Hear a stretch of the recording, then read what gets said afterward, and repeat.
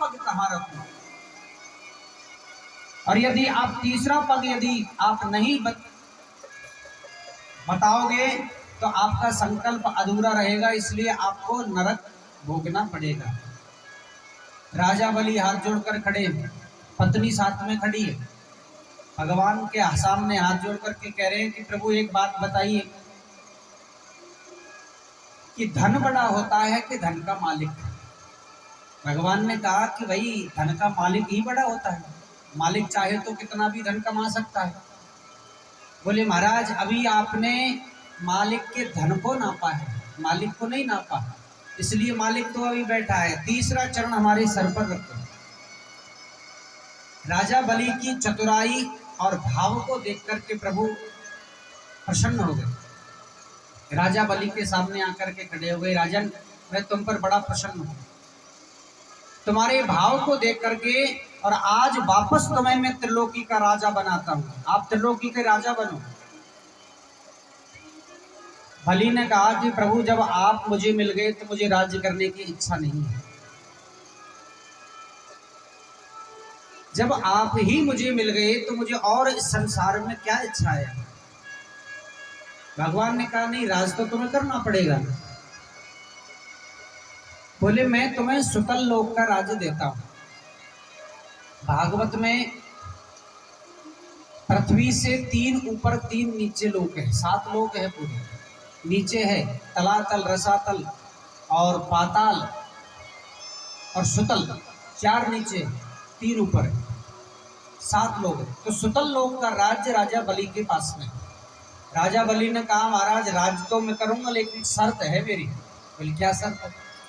बोले मैं चाहता हूं कि मैं राजमहलों से जब निकलूं तो दरवाजे से निकलते ही सबसे पहले आपका दर्शन करूं। भगवान ने कहा ये तो वो वाली बात हो गई, हम आपके चौकीदार हुए, भाई पहरेदार हुए, चौकीदार, कि हमें क्या पता राजा कौन सी दरवाजे से निकल जाए, हमको तो ध्यान रखना पड़ेगा कि जिस दरवाजे से निकले उसी पे जाकर के खड़े हो गए। बोले महाराज मैंने तो कहा नहीं, मैं तो केवल दर्शन की इच्छा से, आपके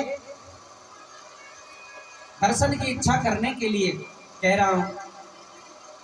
भगवान ने कहा कि कोई बात नहीं राजन, हम भाव से नौकर भी बन जाए, चौकीदार भी बन जाए, कोई भारी बात नहीं। तो भगवान आज राजा बलि के सुतल लोक में चौकीदार की नौकरी कर रहे हैं। प्रेम से बोलिए राधे राधे। काफी दिन हो गए भगवान अपने धाम को नहीं पहुंचे, वैकुंठ धाम को।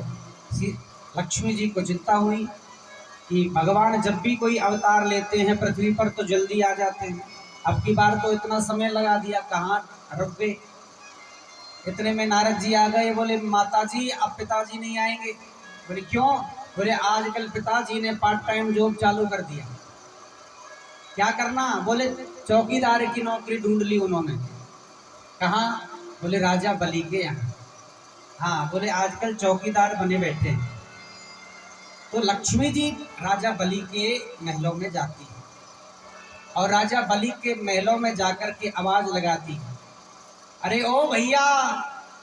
अब जैसे ही भैया कहा, बलि ने बाहर आकर के देखा, सुंदर स्त्री खड़ी। बोले बहिना तुम कौन। बोले मैं तुम्हारी दूर की बहन हूँ, तुम मुझे जानते नहीं।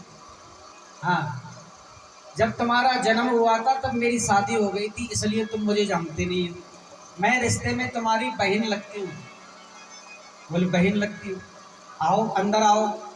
बोले इसलिए आई हूँ कि आज रक्षाबंधन है और तुम्हारे राखी बांधनी है।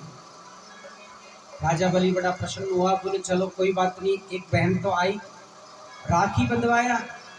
बलि ने कहा कि बहन तुमने राखी बांधी है तो कुछ तो तुम्हें देना पड़ेगा। बोले मांगो, जो तुम मांगोगी वही दूंगा। लक्ष्मी जी कहने लगी कि भैया और मुझे कुछ भी नहीं चाहिए, जो तुम्हारा चौकीदार है ना उस पर मेरा मन आ गया, इसलिए मुझे तो केवल चौकीदार ही चाहिए। भैया दे दो चौकीदार, बहना बड़ी दूर से आई। राजा बलि ने जैसे ही ध्यान लगा करके देखा, बोले पहले तो तेरी टांग वाला छल करके ले गया और जो बचा कुचा था मुझे इस देवी ने आकर के छल लिया। प्रेम से बोलो राधे राधे। आज भगवान नारायण और लक्ष्मी अपने धाम को गए। इसके बाद में भगवान ने एक अवतार और धारण किया, उसका नाम है मत्स्य अवतार। मछली के रूप में भगवान ने अवतार धारण किया। प्रेम से बोलिए राधे राधे। ये सतयुग की बात है। एक सत्यव्रत नामक राजा था, उसको भगवान ने प्रलयकारी दर्शन करवाई और उसको सुंदर उपदेश दिया मत्स्य अवतार में आकर के। और उसके बाद में जो अवतार हुआ वो भगवान के 24 अवतारों में सबसे सुंदर अवतार, मर्यादित अवतार है, राम और कृष्ण। आज आचार्य सुखदेव जी राजा परीक्षित को राम कथा सुना रहे हैं।